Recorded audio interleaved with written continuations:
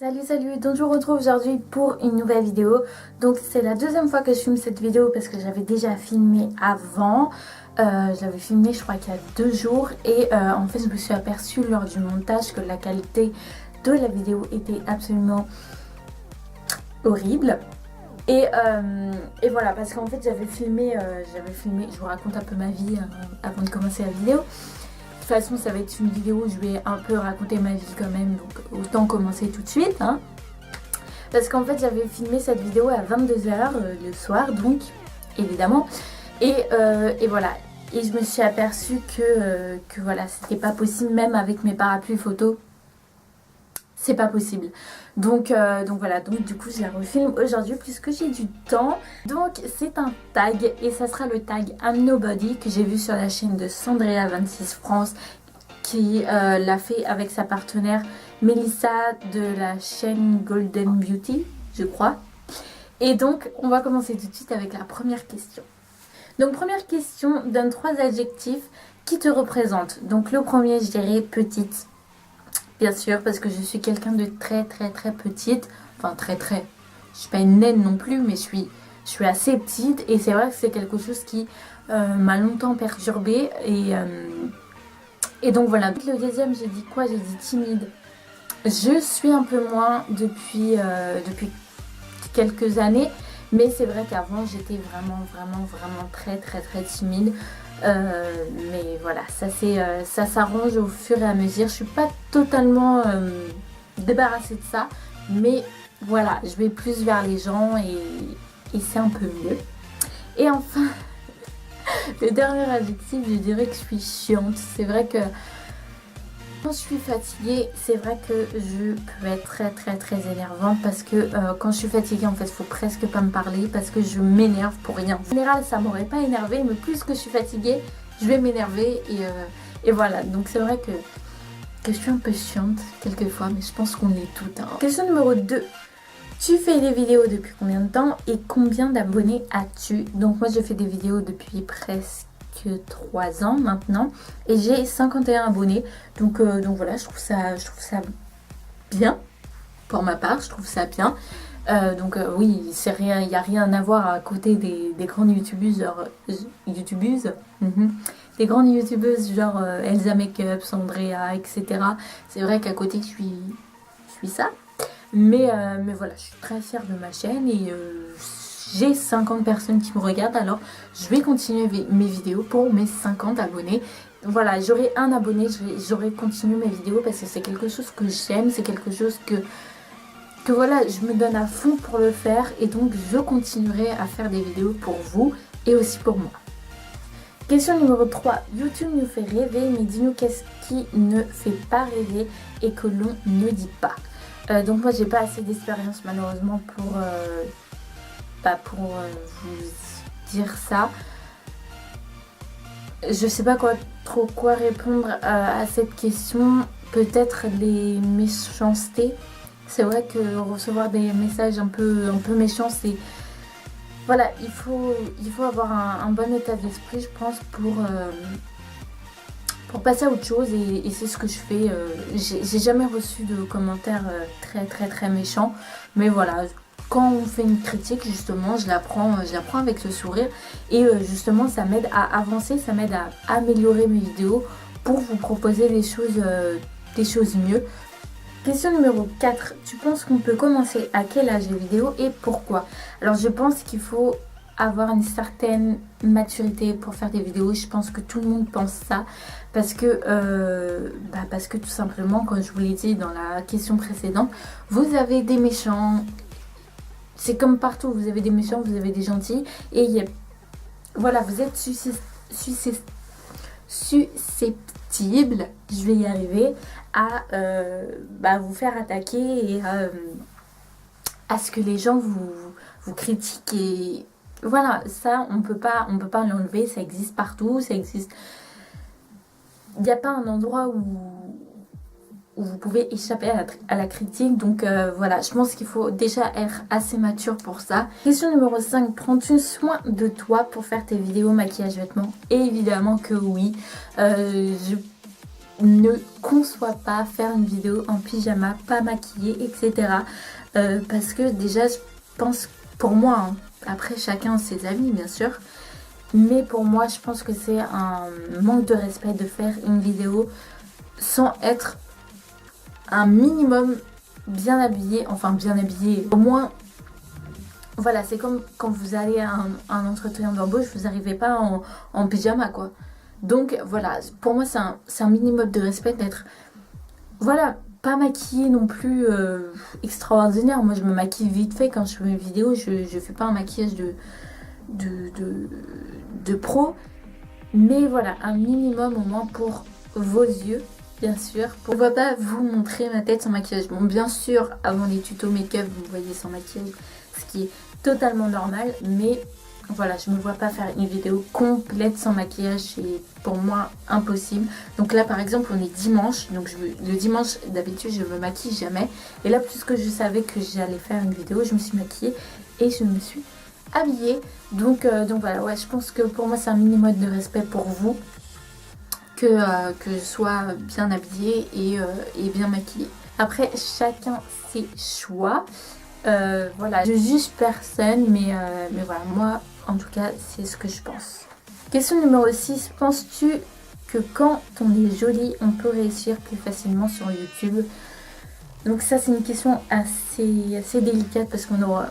Je pense que personne n'aura la même optique que les autres, mais moi je pense que non, je pense que voilà, vous pouvez très bien, de toute façon il n'y a pas de fille jolie et moche, et vous pouvez trouver cette fille belle et votre copine peut trouver cette fille moche, donc voilà, il y a... je ne saurais pas répondre à cette question parce que pour moi voilà, si la fille elle est en pyjama et pas maquillée, c'est sûr que les gens vont quitter la vidéo parce que tout simplement on aurait l'impression qu'elle vient de se lever de son lit et qu'elle se met devant sa caméra, ce qui serait totalement normal. Mais une fille habillée et maquillée, voilà, je pense qu'elle a toutes ses chances sur YouTube. Après, qu'elle soit moche, qu'elle soit belle, qu'elle soit je sais pas quoi... moi personnellement je m'en fous, hein. Du moment que la vidéo elle est bien construite, le montage il est bien, la qualité elle est bien, le son il est bien, pour moi ça me suffit. Je m'en fous que la fille soit belle, soit moche, je m'en fous. Question numéro 7. Que penses-tu de la chirurgie esthétique? Je déteste ce truc, je sais même pas pourquoi ça existe. Il y a deux sortes de chirurgie comme... je sais même pas comment, c'est de la chirurgie réparatrice peut-être. Voilà, mais c'est pour quelque chose d'utile, je veux dire, c'est comme je sais pas,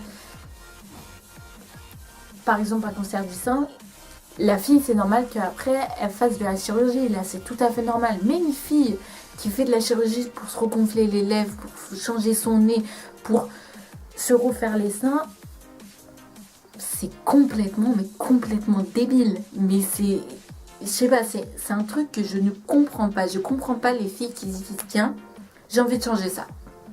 Pourquoi?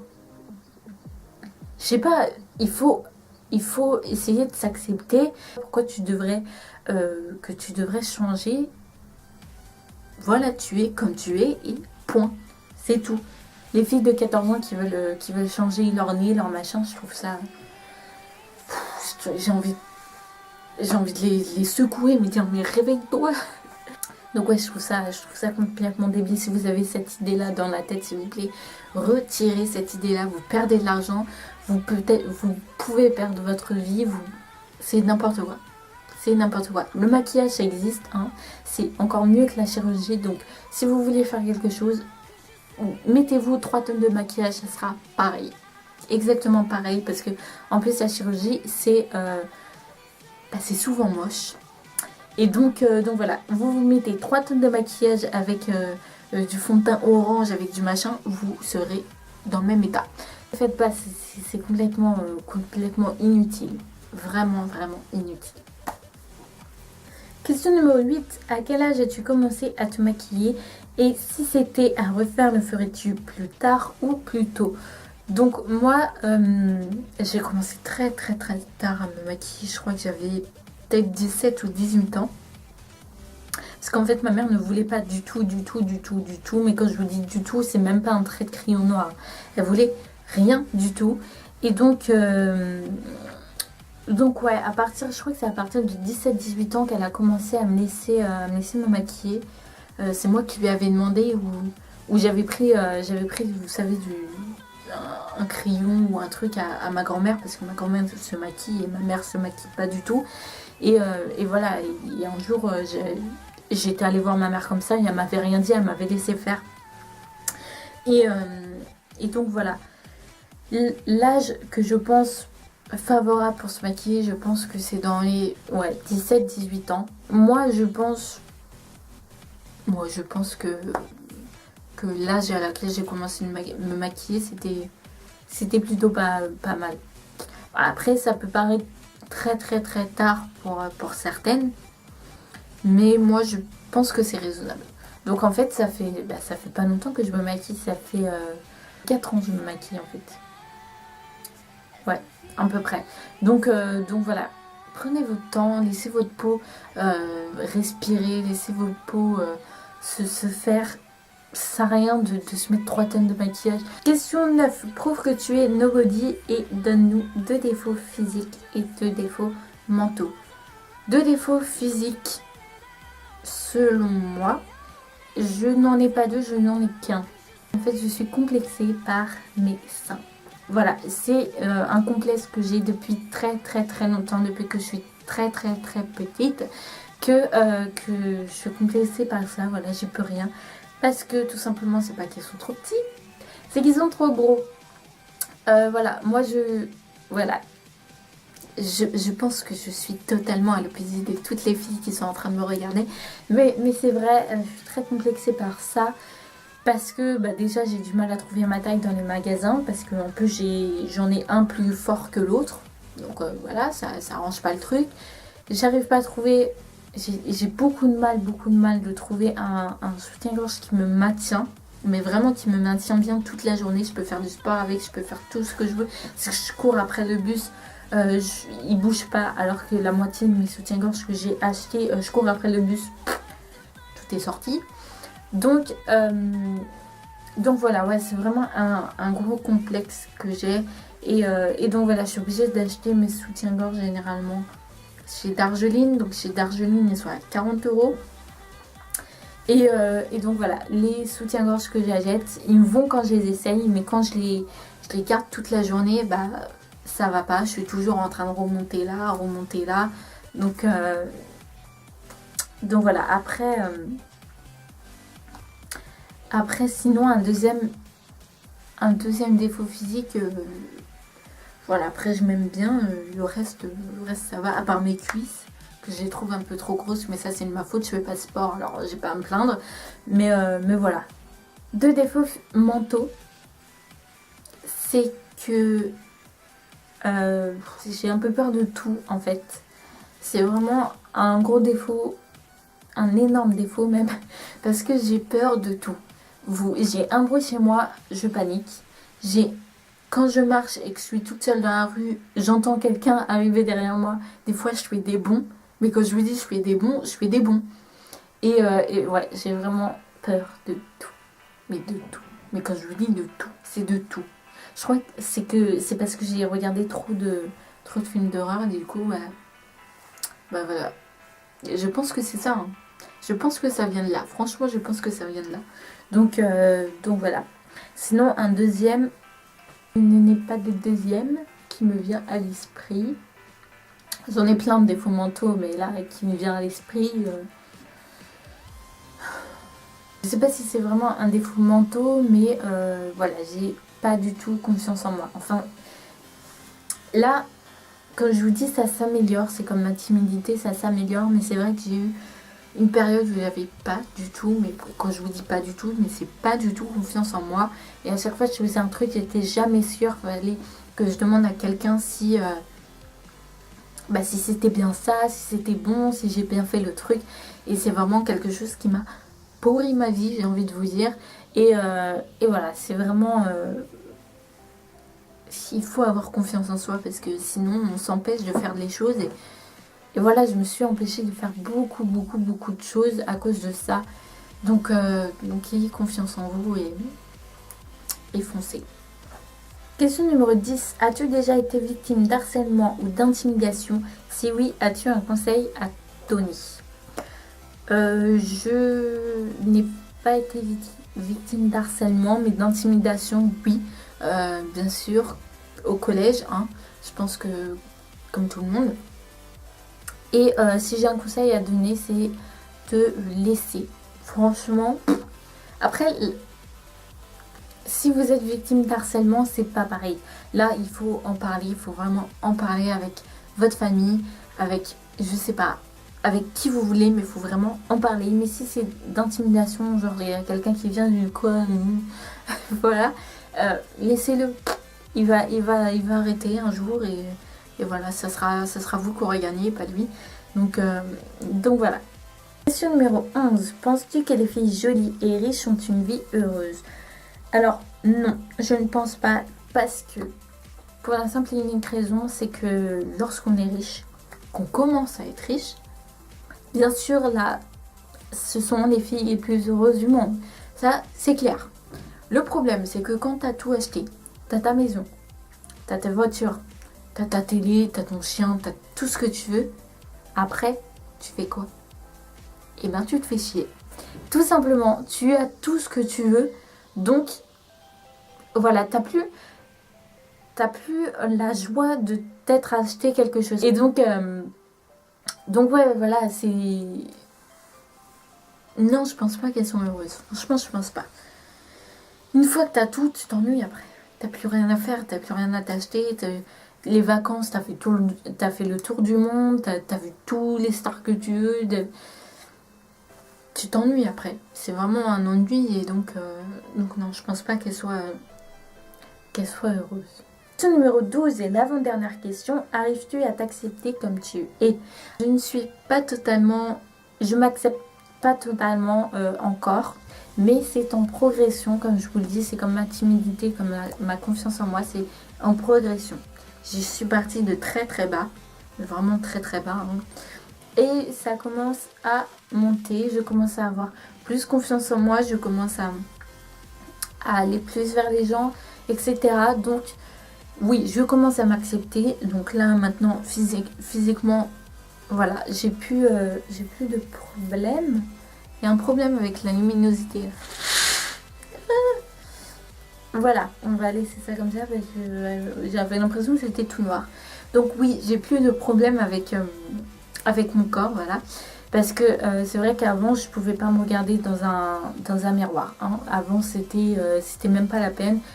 Je pouvais pas, mais vraiment pas me regarder. C'était pour moi, j'étais trop grosse, j'étais trop moche, j'étais tout ce que vous voulez. Et depuis que j'ai découvert le maquillage, comme je vous le dis, et ben ça m'a changé la vie et ça me donne confiance en moi. Parce que c'est vrai que quand je suis sans maquillage, bon, je perds pas ma confiance en moi, mais voilà, je suis moins à l'aise. Alors que quand je suis maquillée, comme je suis bien habillée, voilà, je suis très à l'aise. Mais c'est vrai que je ne m'accepte pas entièrement encore. C'est en cours de téléchargement. Et enfin, question numéro 13. Quel message souhaites-tu passer à tes jeunes abonnés? Donc moi, ce que j'ai à vous dire, la chose la plus importante pour moi, c'est de parler. C'est un conseil que je vous donne parce que moi je ne l'ai pas suivi, ce conseil. Pendant longtemps je l'ai pas suivi et je vous le déconseille fortement. Donc s'il vous plaît, parlez à qui vous voulez, à vos amis, à vos parents, à vos cousins, cousines, qui vous voulez, mais il faut vraiment parler parce que je pense que la parole c'est la clé de tout. Vraiment, vous verrez, la vie changera, mais du tout au tout. Donc voilà pour cette vidéo, j'espère qu'elle sera pas trop longue parce que j'ai beaucoup parlé. Donc voilà, je vous fais plein de gros bisous. Petite précision, j'ai changé, en ce moment je suis beaucoup sur mon blog et j'essaie de le rendre le plus beau possible. Donc allez faire un tour si vous voulez voir mon blog. Donc voilà pour cette vidéo, je vous fais plein de gros bisous, je vous dis à très vite pour une prochaine vidéo.